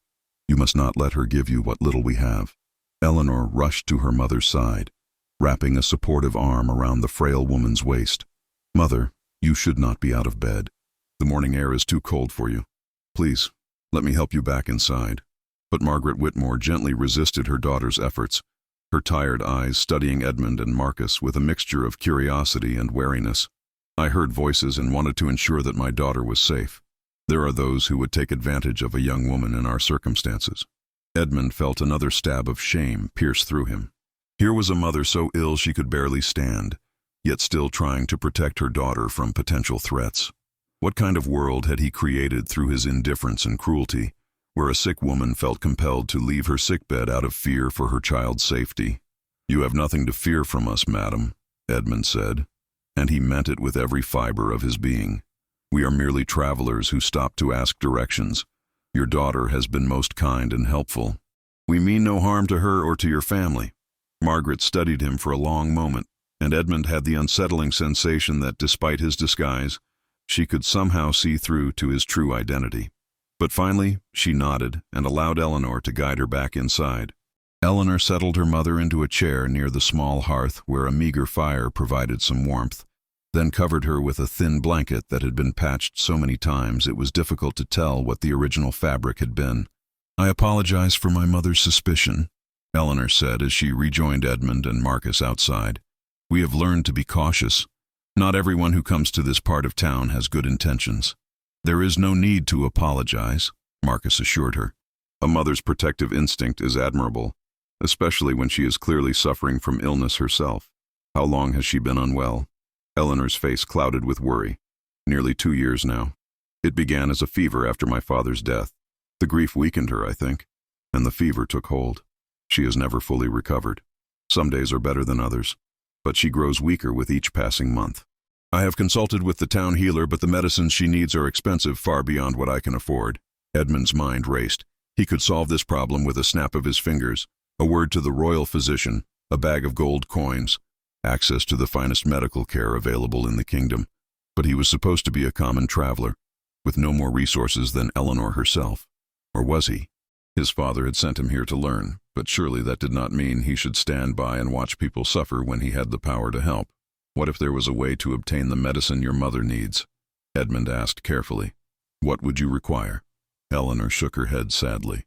"It is called feverfew tincture, made from rare herbs that grow only in the southern marshlands. The healer says it could bring down my mother's fever and restore some of her strength, but a single bottle costs 3 silver shillings. I would need to sell vegetables in the marketplace for 3 months straight, with no other expenses, to afford even 1 bottle. And the healer says my mother would need to take it regularly for several months to truly recover. 3 silver shillings.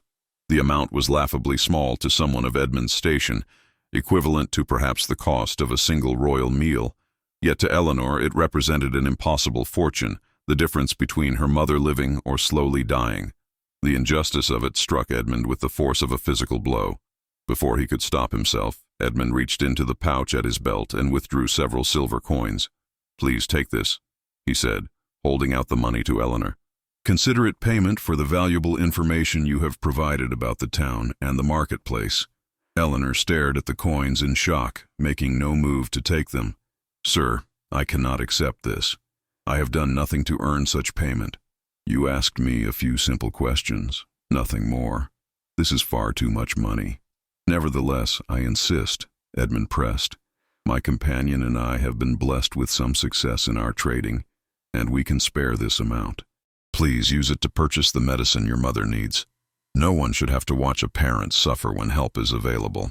Tears welled up in Eleanor's eyes, and she looked between Edmund's face and the offered coins with an expression of such profound gratitude and disbelief that it made his chest ache. "I do not know what to say. Your kindness is overwhelming. Are you certain? This is more money than I have seen in months." "I am certain," Edmund said firmly. "Please take it." With trembling hands, Eleanor accepted the coins, clutching them to her chest as tears began to stream down her face. "Thank you. Thank you so much. You cannot know what this means to my family. My mother, she might actually recover. My siblings might have a chance at a better life. I am so grateful I cannot find the words to properly express it. Marcus placed a gentle hand on Edmund's shoulder, a silent acknowledgement of the prince's unexpected generosity. Eleanor wiped at her tears with the back of her hand, trying to compose herself. "Forgive me," she said with a watery smile. "I am not usually so emotional. It has been a very difficult few days, and your kindness has quite overwhelmed me. Please, won't you both come inside? It is the least I can do to offer you some water and perhaps some bread. I know it is poor hospitality compared to what you might find at an inn, but it is all I have to offer." Edmund wanted to accept, to see more of how Eleanor and her family lived, but he also felt suddenly uncomfortable with the deception he was perpetrating. Here was this woman, pouring out her gratitude to a stranger, not knowing that the same man who had cruelly humiliated her the day before now stood before her in disguise. The weight of his dual identity pressed down on him, making it difficult to breathe. "You are very kind to offer," Edmund said, "but we really must be on our way. We have business to attend to before we leave Thornhaven. But please, know that it has been an honor to meet you, Eleanor Whitmore. Your strength and devotion to your family are truly remarkable." Eleanor curtsied, still clutching the coins. "The honor is mine, sir. I wish I knew your name, so that I might remember you in my prayers." Edmund hesitated, then said the first name that came to mind. "Thomas. My name is Thomas, and this is my companion William." Marcus raised an eyebrow at the false names, but said nothing, merely nodding in acknowledgement. "Then I shall pray for you, Thomas and William, and ask God to bless your travels and your business ventures. May you find success and happiness in all your endeavors, and may you always be rewarded for the kindness you have shown to strangers." As Edmund and Marcus walked away from Eleanor's humble dwelling, Edmund found himself looking back over his shoulder. Eleanor had returned to her stool and had taken up her sewing once more, but there was a lightness to her movements that had not been there before, a hope that manifested in the straightness of her spine and the slight smile that played at the corners of her mouth. They walked in silence for several minutes, winding their way back through the narrow streets toward the more prosperous areas of town. Finally Marcus spoke, his voice thoughtful. "That was well done, Your Highness. You gave her hope when she had little, and you did it without fanfare or expectation of gratitude. Your father would be proud." Edmund shook his head, feeling anything but proud. "I simply tried to correct a small portion of the harm I caused yesterday. 3 silver shillings, Marcus. That is all it would take to potentially save her mother's life, and yet it might as well be the wealth of kingdoms to her. How many other families in this town, in this kingdom, are suffering from similarly small but insurmountable obstacles? How much preventable misery exists because people like me never bothered to look, to care, to help?" Marcus considered the question carefully before responding. "More than any one person could fix, even a king. But that does not mean we should not try. What you did today was small in the grand scheme of things. Yes, but to Eleanor Whitmore and her family, it was everything. Sometimes the greatest acts of leadership are not the grand pronouncements or the sweeping reforms, but the small kindnesses extended to individuals in need." They continued their exploration of Thornhaven for several more hours, observing the daily rhythms of life in the town. Edmund spoke with shopkeepers and laborers, children and elderly folk, learning about their lives and struggles. He saw how hard people worked for tiny wages, how precarious their existences were, how one bad harvest or one serious illness could push an entire family into destitution. He also saw their resilience, their capacity for joy despite hardship, the way communities came together to support one another in times of crisis. By the time they retrieved their horses and began the journey back to the castle, Edmund's understanding of his future subjects had been transformed. They were not the faceless mass he had always imagined, not simple tools to be used in the machinery of state. They were complex individuals with hopes and dreams, fears and sorrows, dignity and worth that had nothing to do with their station in life. As the castle came into view on the horizon, Edmund turned to Marcus with a serious expression. "I need to speak with my father as soon as we return. There are things that must change, both in how I govern and in how the kingdom functions. I cannot fix everything, but I can do better than I have been doing." Marcus smiled, the first genuine smile Edmund had seen from him in days. "I believe you are finally beginning to understand what it truly means to be a king, Your Highness. Not the power and the glory, but the responsibility and the service.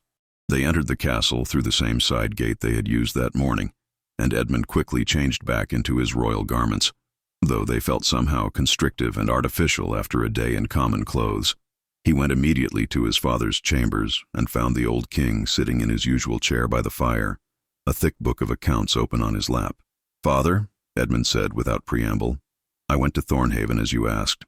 I saw things that I had never truly seen before, understood things that I had willfully ignored. You were right about everything. I have been arrogant and cruel, and I need to change." King Harold looked up from his accounts, and Edmund saw satisfaction mixed with compassion in his father's weathered face. The old king closed the book and set it aside, gesturing for Edmund to sit in the chair opposite him. "Tell me everything," Harold said simply. "What did you see? What did you learn?" Edmund sat, and for the next hour he recounted every detail of his day in disguise. He spoke of the inn and the conversation he had overheard, of the poverty-stricken quarter where Eleanor lived, of her strength and dignity in the face of overwhelming hardship. He described her dying mother, her hungry siblings, the impossible choices she faced every single day, and he spoke of his own shame at realizing how carelessly he had added to her burdens, how his thoughtless cruelty had real and terrible consequences for real people. "I gave her money for medicine," Edmund confessed. "I know I was supposed to simply observe, but I could not stand by and do nothing when I had the power to help. 3 silver shillings, father. That is all it would cost to potentially save her mother's life, and she could never have afforded it on her own." Harold nodded slowly, his expression thoughtful. "You broke the rules of the exercise, yes, but you did so for the right reasons, which shows growth in your character. Tell me, Edmund, how do you feel now about what you said to Eleanor Whitmore in the marketplace yesterday?" Edmund looked down at his hands, unable to meet his father's gaze. "I am ashamed, father. Deeply, profoundly ashamed. I told her she was worthless, that she contributed nothing of value to the kingdom. But the truth is that she is worth more than a dozen nobles I could name. She holds her family together through sheer determination and sacrifice. She works harder in a single day than I have worked in my entire pampered life, and I humiliated her publicly, adding to her already crushing burdens, simply because my pride was wounded by a minor accident." The king leaned forward, his voice gentle but firm. "Shame is appropriate, Edmund, but it is not enough. The question is, what will you do with this newfound understanding? Will you allow it to change you, or will you return to your old ways once the sting of shame fades?" Edmund finally looked up, meeting his father's eyes with new determination. "I want to change, father. Not just my personal behavior, though that certainly needs improvement, but also the systems that create such needless suffering. Why should a loyal subject's daughter struggle to afford medicine for her sick mother when the royal treasury contains more wealth than could be spent in 10 lifetimes? Why should children go hungry when granaries are full? Why should honest, hard-working people live in constant fear of destitution, while nobles feast on delicacies they barely notice?" Harold smiled, though there was sadness in the expression. "These are exactly the questions I have been asking for 40 years, my son. And I have tried in my own way to address them. But change comes slowly, especially when it threatens the privileges of the powerful. Many nobles will resist any reforms that diminish their wealth or status. You will face opposition, perhaps even rebellion, if you push too hard too fast." "Then I will push carefully but persistently," Edmund replied. "I cannot undo all the harm I have caused or fix all the injustices in the kingdom overnight. But I can start making different choices, one decision at a time, and I can begin by making amends to Eleanor Whitmore and her family." The old king's eyes gleamed with approval. "What did you have in mind?" Edmund had been formulating a plan during the ride back to the castle.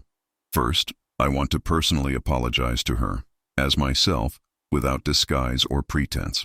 She deserves to know that her prince recognizes his wrongdoing. Second, I want to ensure that her mother receives the best medical care available, not just the medicine she needs, but regular visits from the royal physician if necessary. Third, I want to lift the marketplace ban entirely and provide her with a small grant to help establish her family on firmer financial footing." Harold nodded slowly. "Those are good first steps. But Edmund, I must warn you, such personal involvement with a common subject will raise eyebrows among the nobility. They will wonder why you are showing such favor to a peasant girl. There will be talk, speculation, perhaps even scandal. Edmund felt heat rising in his cheeks, but he pushed past his embarrassment. Let them talk. I am not doing this to curry favor or for any improper purpose. I am doing it because it is right, because I caused harm and I wish to make amends. Is that not what a just ruler should do? It is, Harold agreed. But you should also be aware of your own feelings in this matter. You have mentioned Eleanor Whitmore's name many times in our conversation, and your voice changes when you speak of her. There is more here than simple guilt and a desire for justice, I think. Edmund opened his mouth to deny it, but the words would not come. His father was right, though Edmund had not fully acknowledged it even to himself. Eleanor had impressed him, not just with her strength and dignity, but with something deeper, something that called to a part of him he had long suppressed. She possessed a genuine nobility of spirit that had nothing to do with bloodlines, a beauty that transcended her worn clothes and humble circumstances. I admire her, Edmund admitted quietly. She is remarkable, but I am also aware that there is an unbridgeable gulf between us. I am the heir to the throne, and she is a peasant. Even if I wanted to pursue any kind of connection with her, which I am not saying I do, it would be impossible.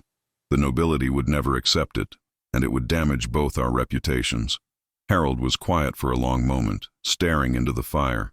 When he finally spoke, his voice was heavy with memory and regret. Did I ever tell you about your mother, Edmund? About how I truly met her? Edmund frowned, confused by the apparent change of subject. You met her at a gathering of nobles, at the estate of Lord Ashford. She was his niece, daughter of a earl. You have told me this story many times. The old king shook his head. That is the official story, the one suitable for public consumption. But the truth is somewhat different. Your mother, God rest her soul, was the daughter of a minor knight who had fallen on hard times. She was working as a lady's companion to Lord Ashford's wife when I met her. She was educated and well-spoken, yes, but she was hardly nobility in the sense that mattered to the court. When I expressed my intention to marry her, the nobles were scandalized. They said I was degrading the royal bloodline, that I should choose a princess from a neighboring kingdom to forge political alliances. Edmund stared at his father in shock. This was a revelation that turned everything he thought he knew about his family history upside down. But you married her anyway. I did, Harold confirmed, because I loved her, and because she possessed qualities that no amount of noble breeding could guarantee. She was kind, intelligent, compassionate, and strong. She made me a better man and a better king. The nobles eventually accepted her because I gave them no choice, and because she proved herself through her actions and her character.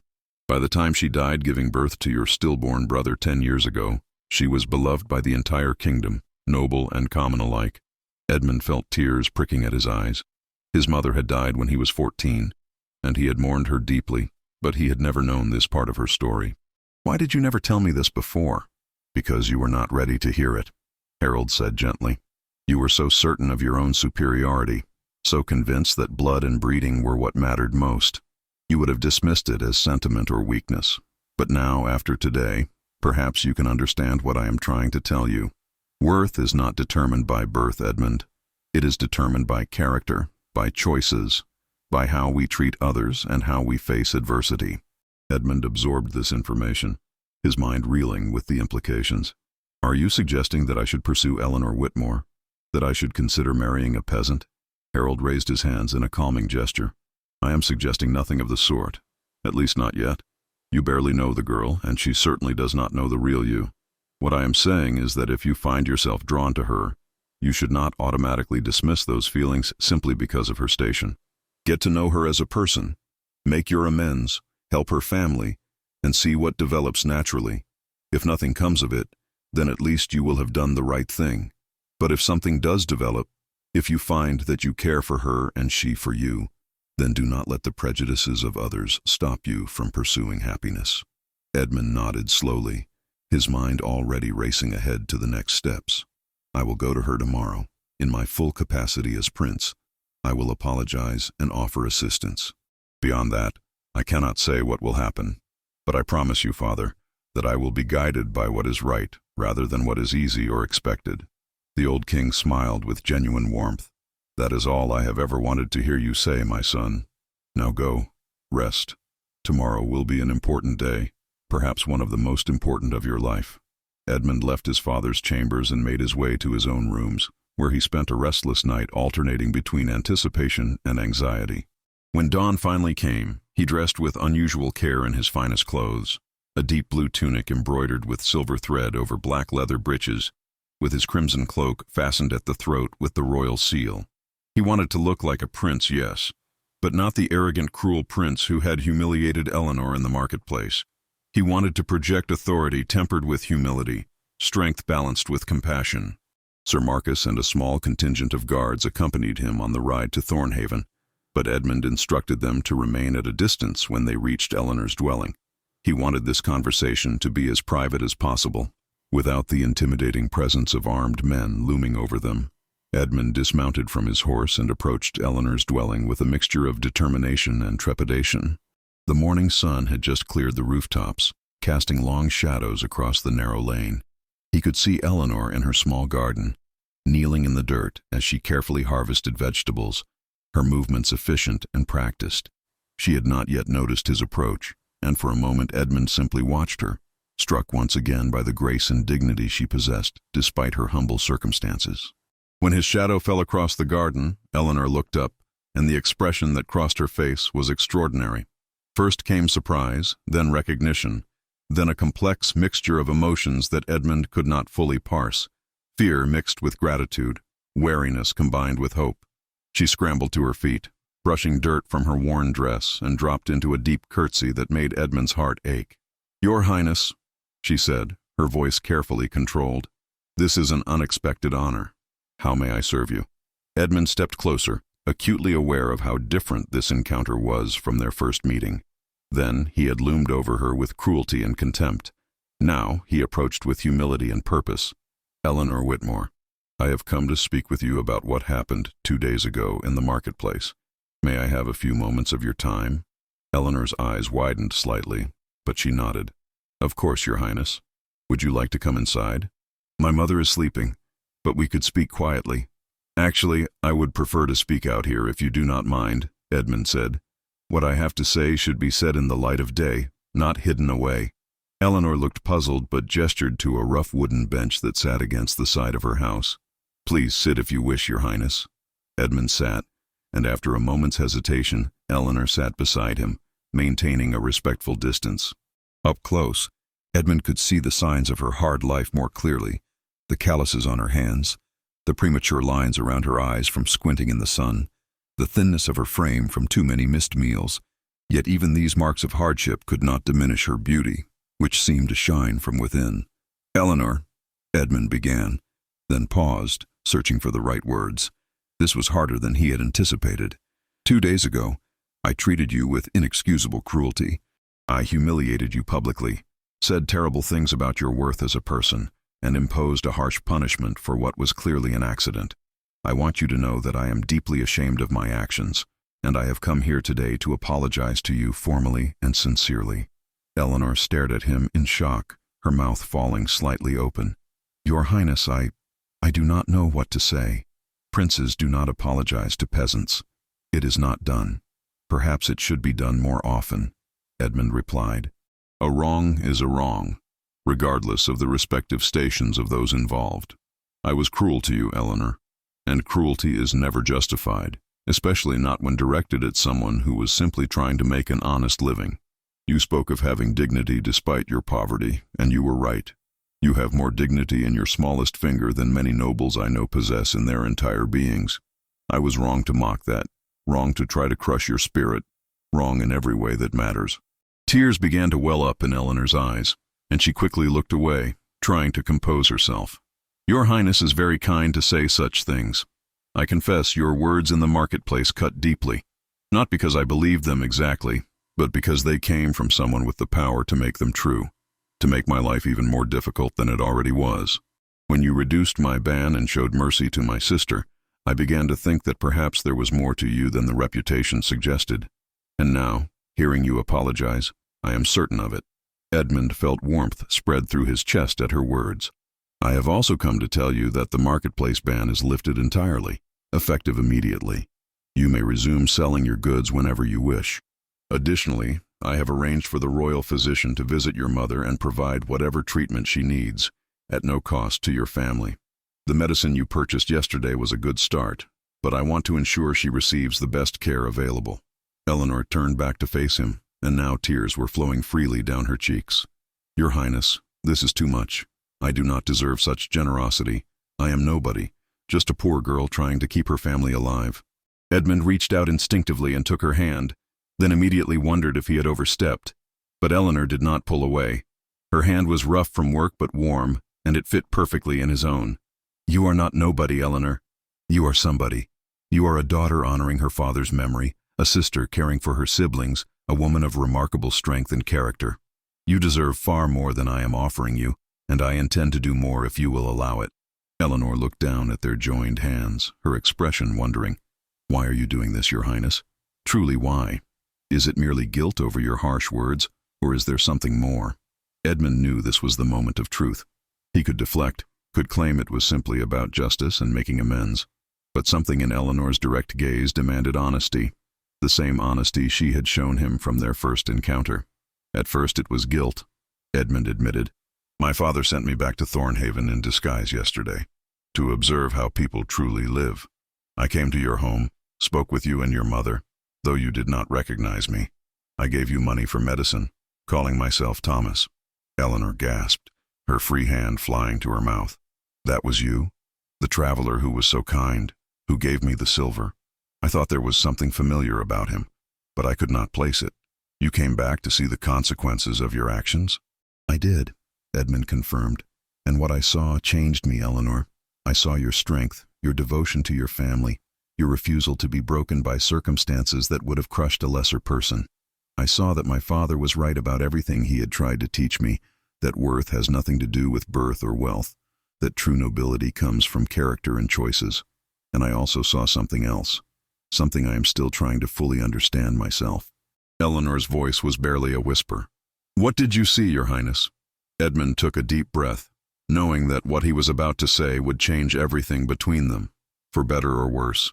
"I saw a woman I could admire, respect, and perhaps, given time and the opportunity to truly know each other, even care for deeply. I know the obstacles that stand between us, the difference in our stations, the expectations of the court, and the nobility. But my father told me something yesterday that has given me hope. He told me that my mother, whom I always believed to be high nobility, was actually the daughter of an impoverished knight, that he married her despite the scandal, because he loved her and valued her character above all else." Eleanor's eyes were wide, her breath coming in short gasps. "Your Highness, are you saying what I think you are saying?" "I am saying that I would like the opportunity to know you better, Eleanor Whitmore," Edmund said, his heart pounding in his chest. "Not as a prince and a subject, but as two people who have somehow found each other despite the barriers that should have kept us apart. I make no promises about what the future might hold, because there are many complications we would need to navigate. But I am asking if you would be willing to spend time with me, to talk with me, to let me prove that I can be better than the cruel man you first met in the marketplace." Eleanor was silent for a long moment, and Edmund felt fear grip his heart. Perhaps he had presumed too much, moved too fast, made her uncomfortable with his confession. But then she squeezed his hand gently, and when she spoke, her voice was filled with cautious hope. "Your Highness, I would be lying if I said I was not terrified by what you are suggesting. The idea that someone like me could have any kind of relationship with the heir to the throne seems impossible, like something from a story rather than real life. But I also cannot deny that I felt something when I spoke with you yesterday, when you were disguised as Thomas. There was kindness in you, genuine compassion, and an interest in understanding my life that moved me deeply. And now, knowing that you came back specifically to apologize and to help my family, I feel that same stirring in my heart." She paused, gathering her courage before continuing. "I am willing to try, Your Highness. I am willing to spend time with you, to talk with you, to see if this impossible thing might somehow be possible. But I must ask for one thing in return." "Anything," Edmund said immediately. "When we are alone together, please do not call yourself my prince or treat me as your subject. Call me simply Eleanor, and let me call you Edmund. Let us try to meet as equals, as two people discovering each other, without the weight of crowns and titles between us. Can you do that?" Edmund felt a smile spread across his face, the first genuine smile of pure happiness he could remember in years. "I can do that, Eleanor, and I will do more. I will prove to you through my actions that the man you met yesterday as Thomas is who I truly want to be, not the arrogant prince who caused you such pain." Over the following weeks, Edmund began to make good on his promises. The royal physician visited Margaret Whitmore and prescribed a course of treatment that, while not producing instant results, began to show gradual improvement in her condition. Eleanor was able to resume selling in the marketplace, and Edmund quietly arranged for certain merchants to purchase her goods at fair prices, ensuring a steady income for her family. He also established a small trust fund that would provide for her siblings' education and care, though he did this anonymously to avoid embarrassing Eleanor with too much charity. But more importantly, Edmund spent time with Eleanor whenever his royal duties allowed.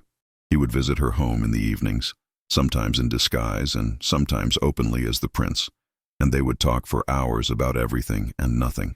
She told him about her childhood, her father's stories of serving in the king's army, her dreams for her siblings' futures. He told her about the loneliness of growing up royal, the weight of expectations, his journey from arrogance to understanding. They discovered shared interests in poetry and history, debated philosophical questions about justice and governance, and gradually built a foundation of genuine friendship and mutual respect. The court began to notice the prince's frequent absences and his improved demeanor. Edmund was kinder to servants, more patient with advisors, more thoughtful in his decisions. When questioned about the change, he simply said that he had gained a new perspective on his future responsibilities as king. Only King Harold knew the true reason for his son's transformation, and the old king watched with approval and satisfaction as Edmund became the leader he had always hoped his son would be. 6 months after that fateful day in the marketplace, Edmund invited Eleanor to the castle for a formal dinner. She arrived wearing a simple but elegant dress that he had sent her as a gift, her auburn hair arranged in a style that highlighted her natural beauty. As he led her through the castle corridors to the private dining room, servants and courtiers stared in shock at the sight of the prince escorting a common girl with such obvious respect and affection. Over dinner, Edmund presented Eleanor with a proposal that he had been planning for weeks. "Eleanor, these past months have been the happiest of my life. You have changed me in ways I could never have imagined, made me see the world and my place in it with new eyes. I am a better man because of you, and I want to continue growing and learning with you by my side." Eleanor's hands trembled as she set down her fork. "Edmund, what are you saying?" Edmund rose from his chair and moved to kneel beside her, taking her hand in his. "I am saying that I love you, Eleanor Whitmore. I love your strength, your kindness, your unwavering dedication to those you care for. I love the way you challenge me to be better, the way you see through pretense to the truth beneath. And I am asking if you would do me the extraordinary honor of becoming my wife, my future queen, my partner in all things." Eleanor's eyes filled with tears, but they were tears of joy. "Edmund, I love you too. I have fought against these feelings, knowing how impossible they seemed, but I cannot deny them any longer. You have proven yourself to be everything I could ever want in a partner, kind and strong, humble and brave, willing to learn and grow. Yes, I will marry you." "Yes, 1,000 times yes." Edmund stood and pulled Eleanor into his arms, kissing her with all the passion and tenderness he had been holding back for months. When they finally parted, both were breathless and grinning like fools. The announcement of their engagement sent shockwaves through the kingdom. Many nobles were scandalized, declaring that the prince had lost his mind and was degrading the royal bloodline. But others, particularly those who had witnessed Edmund's transformation and the genuine love between the couple, offered their support and congratulations. King Harold stood firmly behind his son's decision, reminding the court of how his own marriage to a woman of modest birth had strengthened rather than weakened the kingdom. Eleanor proved to be a quick study in courtly manners and governance, and her natural intelligence and compassion won over even her harshest critics. The common people, meanwhile, were overjoyed to learn that one of their own would become queen, seeing it as a sign that the crown truly cared for all its subjects regardless of their station.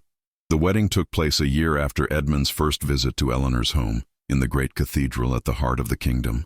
Eleanor walked down the aisle in a gown of white silk embroidered with silver thread, her auburn hair crowned with flowers, and Edmund thought he had never seen anything more beautiful in his life. As they exchanged vows before God and the assembled nobles and commoners alike, Edmund reflected on how far he had come from the arrogant, cruel prince who had humiliated a peasant girl in a marketplace. In the years that followed, Edmund and Eleanor ruled together with wisdom and compassion, implementing reforms that improved the lives of common people while maintaining stability and prosperity for the kingdom. Eleanor never forgot her humble origins, and she used her position to advocate for those who had no voice, establishing schools for poor children, hospitals for the sick, and programs to help families in need.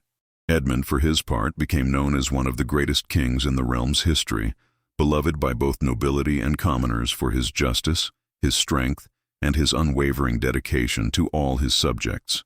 They had 4 children together, 3 daughters and a son, and they raised them to understand that true nobility came from character and service rather than birth and privilege. Eleanor's mother, Margaret, recovered fully thanks to the ongoing medical care she received, and she lived to see her grandchildren grow and thrive. Eleanor's siblings received excellent educations and went on to lead successful lives, always grateful for the sister who had sacrificed so much for them. On quiet evenings, when royal duties were set aside and it was just the 2 of them alone, Edmund and Eleanor would sometimes reflect on that day in the marketplace, the moment that had changed both their lives forever. Edmund would take Eleanor's hand, the same hand he had once watched scatter turnips across cobblestones, and he would tell her again how her dignity in the face of his cruelty had been the beginning of his redemption. And Eleanor would smile and remind him that everyone deserves a second chance, that people can change and grow if they are willing to face their flaws honestly and work to overcome them. The lesson he had received that day, the lesson of humility and compassion and the inherent worth of every human being, had indeed changed his life, but it had also changed an entire kingdom, making it a more just and compassionate place for all who lived within its borders. Their love story became legend, told and retold in villages and castles alike, a reminder that true love knows no boundaries of class or station, and that the greatest transformations often begin with a single moment of recognition when one person truly sees another for who they really are.